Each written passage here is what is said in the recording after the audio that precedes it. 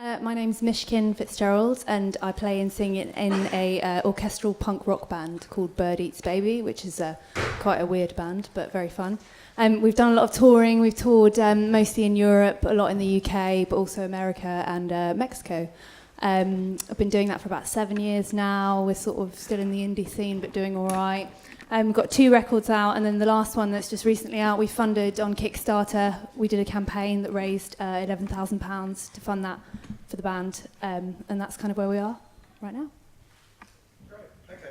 So the first thing that we wanted to talk about is that there was a little sort of, I think Laura, it was you, who was asking about the whole kind of making money issue in the first session.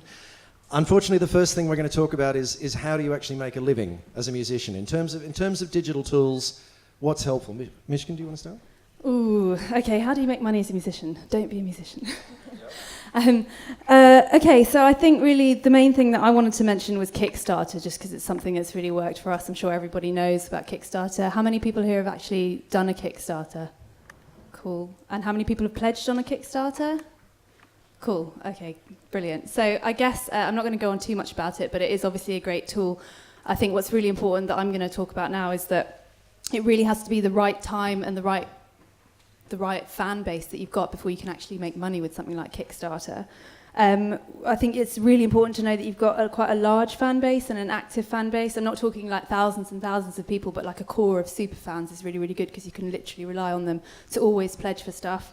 I think you need shorter campaigns, work better statistically, be really clear with your budget, aim slightly lower than you think is your peak, and then you'll probably sail past it, and then that always looks really good as well for your press campaign.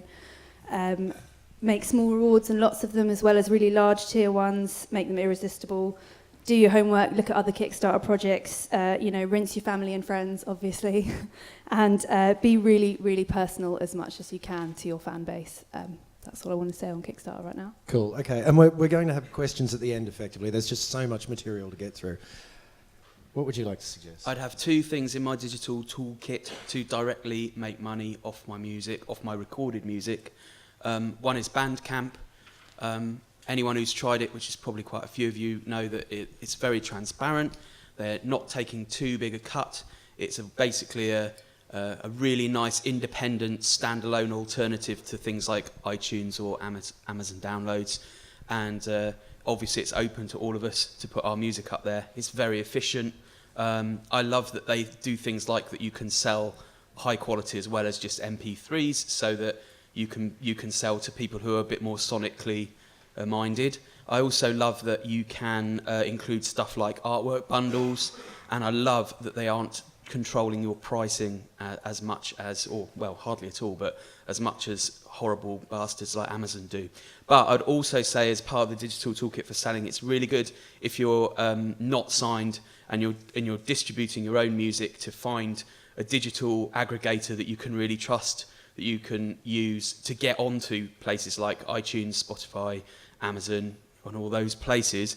I haven't done it for about 3 or 4 years now because I'm signed to a label. They do it all for me. But I used TuneCore.com as my digital aggregator, and I found them to be pretty straight. They don't take percentages. They take a sort of one-off fee, so that feels more transparent to me. But maybe you'd prefer one that takes percentages. Also, my information might be a bit out of date. And I always found that they were really good, specifically because you could select which places you distributed to around the world, rather than just having a blanket distribution. So, for example, nowadays I'm quite politically opposed to Amazon, so I would probably, if I released something on my own now, I would actually boycott Amazon and just try and find other equivalent distributors. I realise that sounds like commercial fucking suicide, but that's the game we're in. So those are my 2, I think. So, if we're talking about trying to sell music, where would the 2 of you get the audience from? You know, if we're talking about audience building, if we're talking about networking, fans, whatever, where are they coming from? We probably get most of our fans in from YouTube, actually. I think we've got a couple of really strong music videos that have sort of gained a bit of attention, and then from that we've just continued to make similar music videos and try and always do something a little bit different and a bit crazy. And that brings in most of our fans, and then the rest, I guess, come from a whole varying load of places like Facebook and Twitter, and obviously live music as well. For those? Sorry? Do you use any tools for managing social networks, or Twitter or whatever? Yes, yeah, I use TweetDeck actually. Thanks for reminding me. I was supposed to talk about that. So yeah, I think obviously Twitter's great for networking with people. The tool that I like to use, the main one that I use on Twitter all the time actually, is TweetDeck. Has anyone used TweetDeck here? Cool. So it's just really, really good at organising everyone that you've ever connected with on Twitter. So rather than having like this massive sort of feed where you're like, I don't even know who I'm talking to, you can put it all into these categories and lists, and you can search through them really, really easily. You can highlight stuff, and you can kind of, just organise it really so that, for instance, if I'm putting out a new music video, I'm going to look at all my columns and be like, these people are from, printed press, these people are from, I don't know, social networks, all kinds of stuff like that. And I can be really specific in who I'm targeting rather than just kind of hoping that people will see it when I send it out. It's just, I use it every day for my social networking. I think it's brilliant.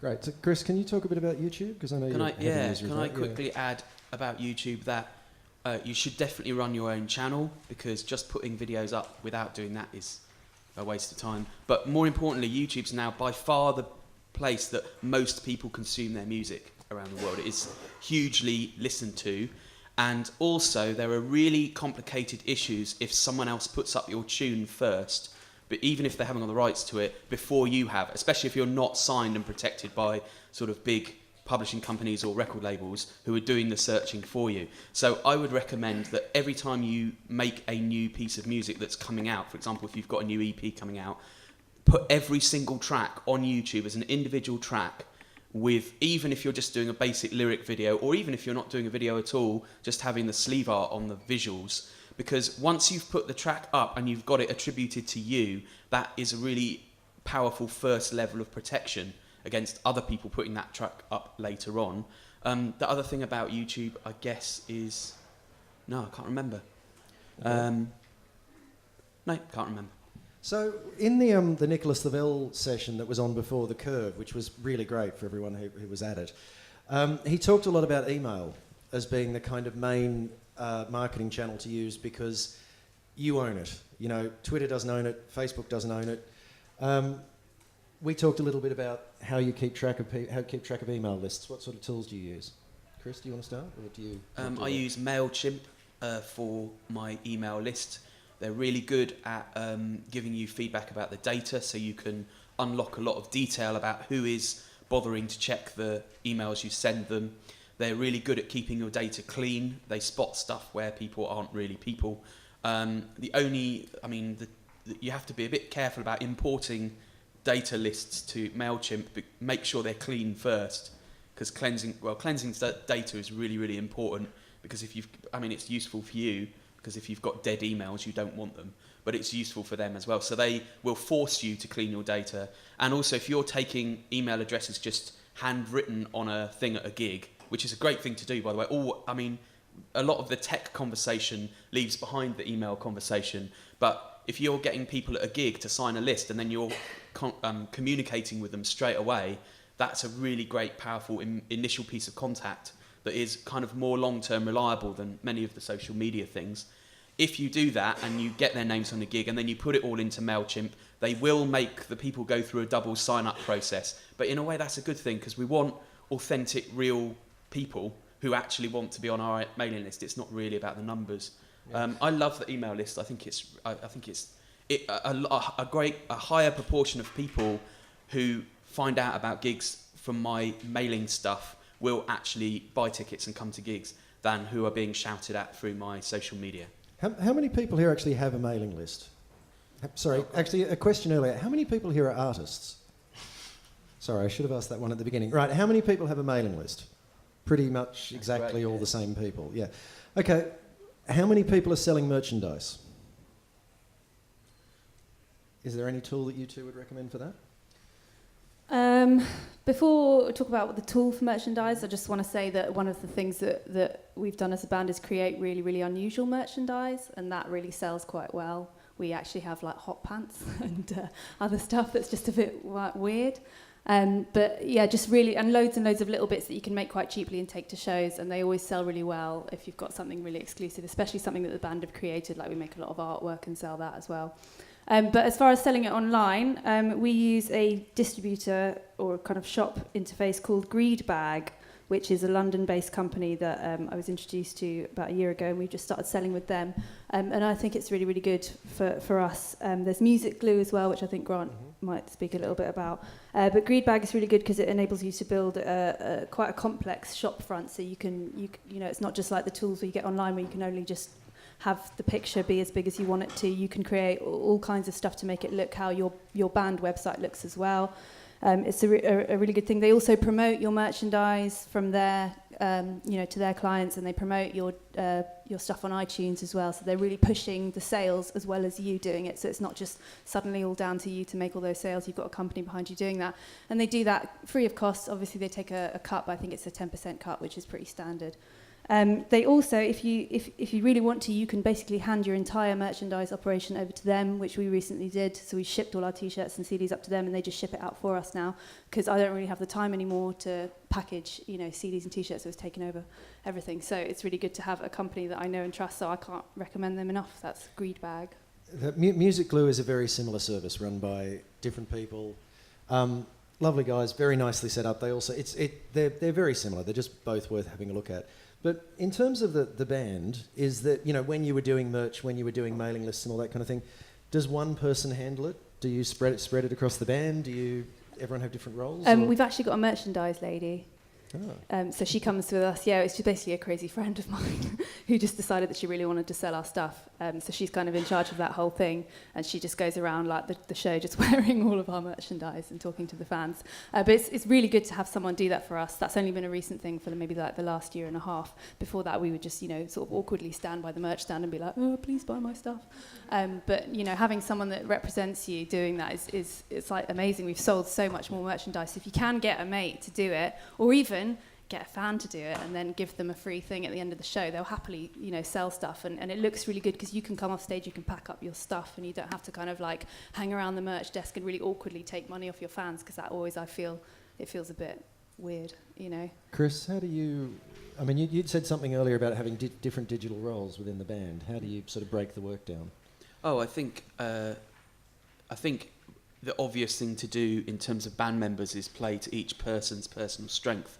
So if you've got someone who is a little bit then they should be the person trying to sell stuff to people. And if you've got someone who is just really erudite about other things other than music, then they should probably be managing your social media, because we actually want, as punters to social media, what we really want is people to talk about other things other than promoting music all the time.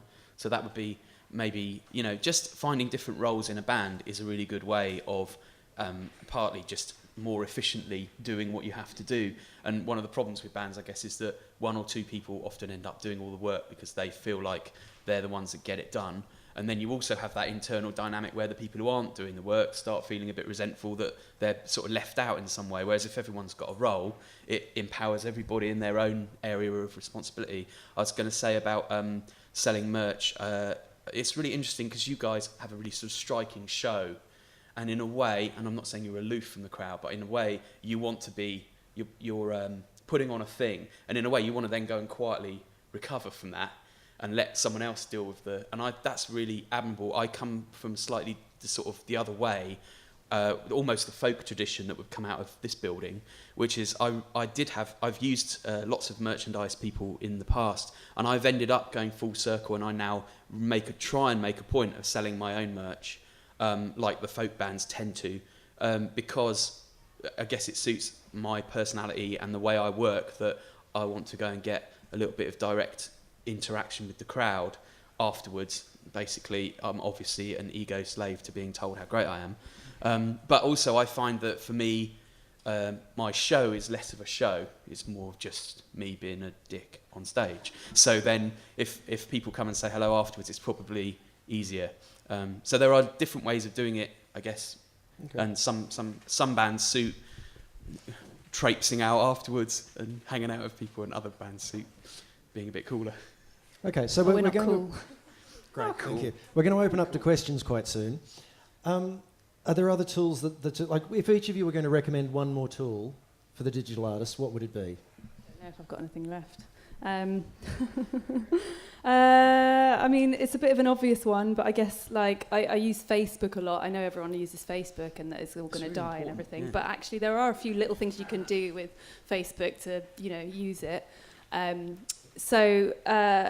of the recent things that I've done that took absolutely ages, but it's been really successful, is I went through. I'm friends with all my fans on Facebook. I don't really talk about like anything else apart from my band. I'm really boring. Don't add me.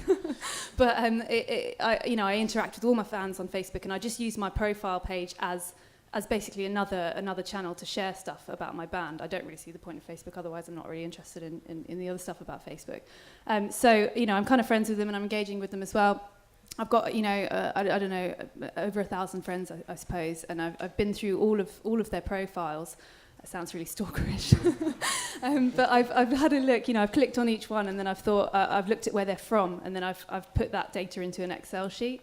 So now when we do a show, I can literally look at my stalking manual and then just personally message those people. So I'm really, really engaging with the fans. Do you know what I mean? I'm not kind of just clicking and hoping that people will turn up. I'm doing absolutely everything I can to try and get those people to the shows, to try and get them to buy our merchandise, and it works. People love to hear that, like, I can't believe you messaged me like this, and that's a really cool thing to do. So I think that's really important. Great. I'm just going to butt in for a second here, actually. There's a fantastic contact manager tool called Nutshell and another one called High Rise. If you are, I'm a manager, so I need to sort of know industry people as opposed to sort of all the individual fans. But if you do not have some kind of contact manager and you've not marked, right, these are all sync people, these are managers, these are promoters, these are venue owners, and you can't find these people in a hurry, you're really giving yourself a lot of grief as your sort of profile increases. You have to have this stuff reasonably well put together, and if you can't do it yourself, for God's sake, find someone who can. Chris, would you like to add? One's called Nutshell and one's called High Rise. They're essentially the same tool. Nutshell is a little bit more, it works better for me, but to be honest, they're pretty similar. And they cost about $10 each a month or something, but it's well worth doing. So Chris, do you want to add your final favourite tool we haven't had yet? I'd add Instagram and maybe Tumblr, and to have a personal presence that doesn't feel like a marketing presence is really, really important. Really, really important. What a stupid thing to say. It's just important. One of the other things we should be aware of at the moment is that there are a lot of financial-based changes afoot at sites like Twitter. And, for example, Twitter are sort of threatening to go algorithmic, which would mean that in your feed you don't get everyone you follow, you get a kind of Twitter curated selection. It's going to be a complete disaster for us and for Twitter and for just anyone. But it's just been terrible. But with that in mind, and just generally as good practice, it's always worth having your name on every single social media site you can find, even if you're not using it at all or you're not active, partly to protect your name, because you might have an interesting name that you want, and partly because at some point Twitter's not going to be the go-to site for direct communication anymore, or even, heaven forbid, Facebook might well, no, I'm sure they're going to be here forever now. But basically, if you're there now on all the different sites, then at some point when one particular site rises from the mire and becomes the next Twitter, you'll already be there, along with the early adopters. I mean, I thought that about Instagram, and I was wrong, obviously, because it got bought by Facebook. But it's definitely worth having a presence everywhere. I'd say one of the sort of outcomes of this kind of event is we're really blurring the process of being a creative artist and the process of marketing ourselves to a soul level. And I know we shouldn't talk about soul in a financial space, but to a soul level, to our huge detriment. And if you can output some of your social media engagement as something that you just like to do and is real, is really you, you're being yourself, then you will find that the rest of it gets a lot easier. So what I find for me is that I'm banging away plugging gigs and plugging records and shit, and at the same time I get to dick around being me. That makes the two, I remember where the line is a little bit better, and I enjoy both more. And I'm aware that when I'm marketing, and when I'm doing a meme of something political on Instagram, I'm doing that. But in a funny way, we then all have at the back of our mind that we all want everyone to think we're cool. So that's part of that. Great. Questions? Yeah? I was just wondering... Tiny bit louder. Sorry. No, tiny bit louder. Oh, sorry. You probably all use SoundCloud, and that one's not been mentioned. I wondered whether you had any ideas about how that can be used as kind of a social media tool, particularly because I often will post my songs on there, sort of comments and sort of likes back, and they're usually from completely random people I don't know. So how can we sort of use that as a channel to get back to those people? Well, aren't they quite good at letting you have your data? Yeah, go for it. SoundCloud is amazing for electronic musicians, which is the people I represent. A tool on SoundCloud that is really massively underrated is SoundCloud groups. So if you go on and search for instance, people who do melodic electronica, like my main client, and submit your music to the biggest 10 of these groups, you will be amazed at how many listeners you'll pick up from it. I managed a pop band briefly that wasn't doing particularly well, and we stuck their pop music into pop groups, and they got 100,000 listens pretty much overnight. It is absolutely mental. You have no idea how successful this stuff is. I had been told by the people at SoundCloud directly that it was a great thing to use, and I said, yeah, whatever, whatever. Heard it all before. It actually really works. SoundCloud also allows you to do things like find out where all your fans are, same way Facebook does, but it's probably a bit more aggressively interested fans. And it also lets you find out who on the system is listening to your music more than anyone else. And the single biggest thing I would like to know on Spotify is which bloody playlists my clients are in, because one of them's just had 80,000 listens and we have no idea why. Like, we have literally no idea where these listens came from. He's on one of the big playlists, we can't find it. SoundCloud does actually let you track down big playlists you're on, people who've listened to your music 80 times, really worth checking out. Just a follow-up. Do you need SoundCloud Pro to get that? It really helps, yeah.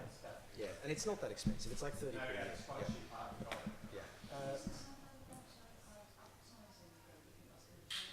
I don't know. Loads of labels are sending their music to pluggers on SoundCloud now as well. And they've just started paying for streams now to artists, which is a really? new thing. Yeah, because I didn't use SoundCloud for ages because they don't pay anything. But Okay. now they've started Yeah. paying for streams. As big as our Spotify checks, yeah. The lady on the end there. Just wanted to ask you a bit more about what you said about Facebook.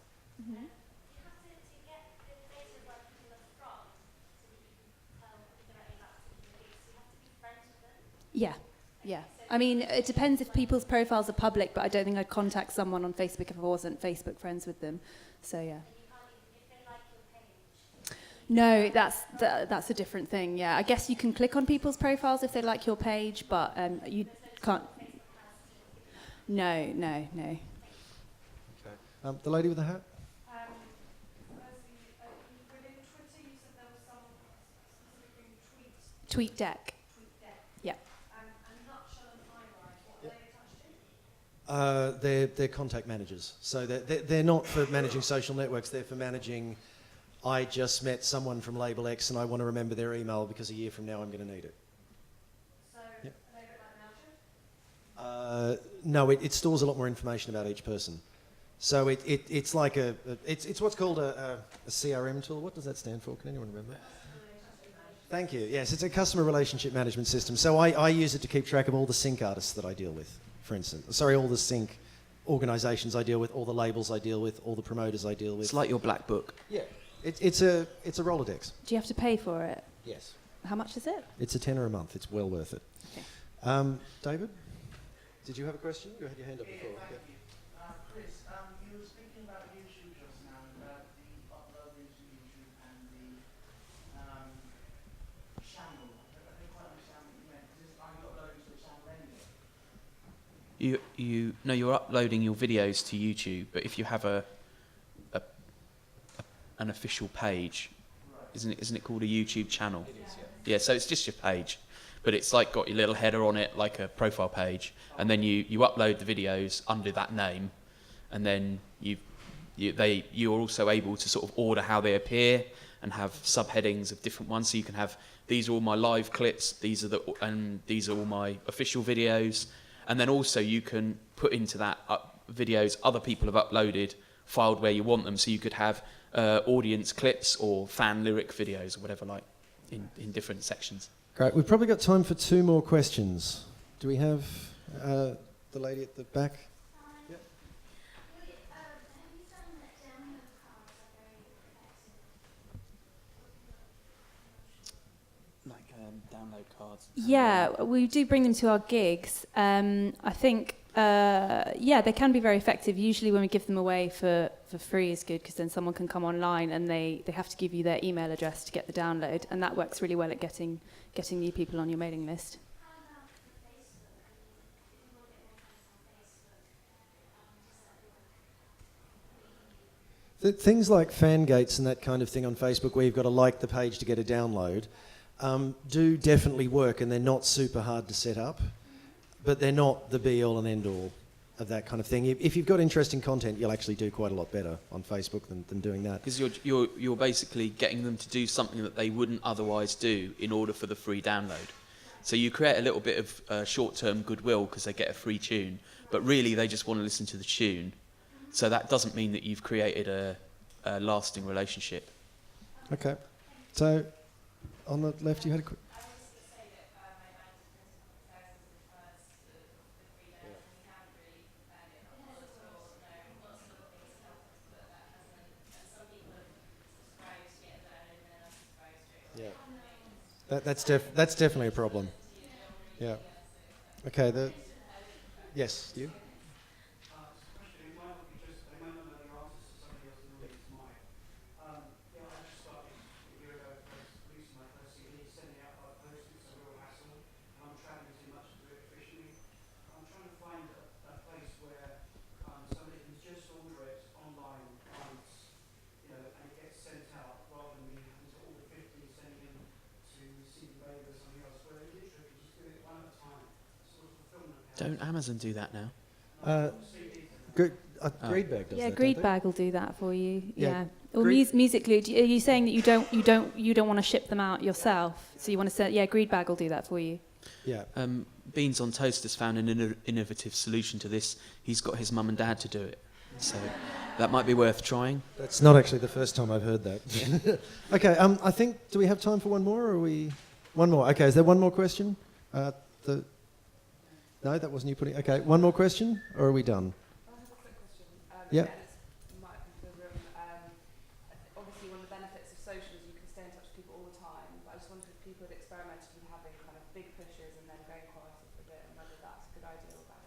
I think that's a really good idea. I've experimented with that, and it really works.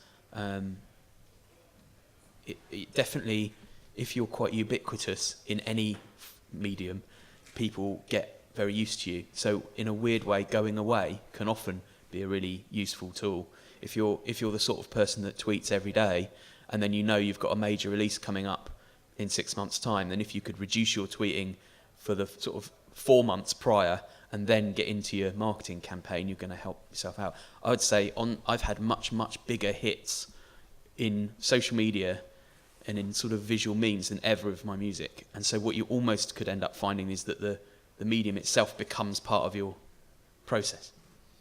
Okay, we've got time for literally one more, and since you seem really urgent for this. Facebook, do you find when you're inviting people to an event, when you set up an event and invite people, from what I can see, you have to click every single person individually, is that right? There's a couple of cheats you can get. There's a bit of code. I'll send it to you if you want. Just drop me a message. You have to go into the developer toolbar, and then it comes up with a little JavaScript code, and then you just bang it in, and it just goes click, click, click, and does it all for you. But that is cheating. Facebook wouldn't allow that. You can do, yeah. We've set up a fan base group so that then when we do a gig, we just send it all to them and not to everyone, so we're not constantly annoying people. But they've now got a limit on how many people you can invite to a show, so that's kind of put a stop on inviting lots of people. I don't know, like 1,000 people, so it's not even very much, yeah. It's worth pointing out also that things like MailChimp and Campaign Monitor and all these mail software these days now let you geo-target things, so you can put in it who on this list lives in London, and it'll give you a fairly accurate idea of how many people are on the list. It's not perfect, but it's actually pretty good. Okay, that's all we have time for today. Thank you very much, Chris. Thank you, Mishkin. I think everyone's going to be here afterwards, so please ask questions if you want.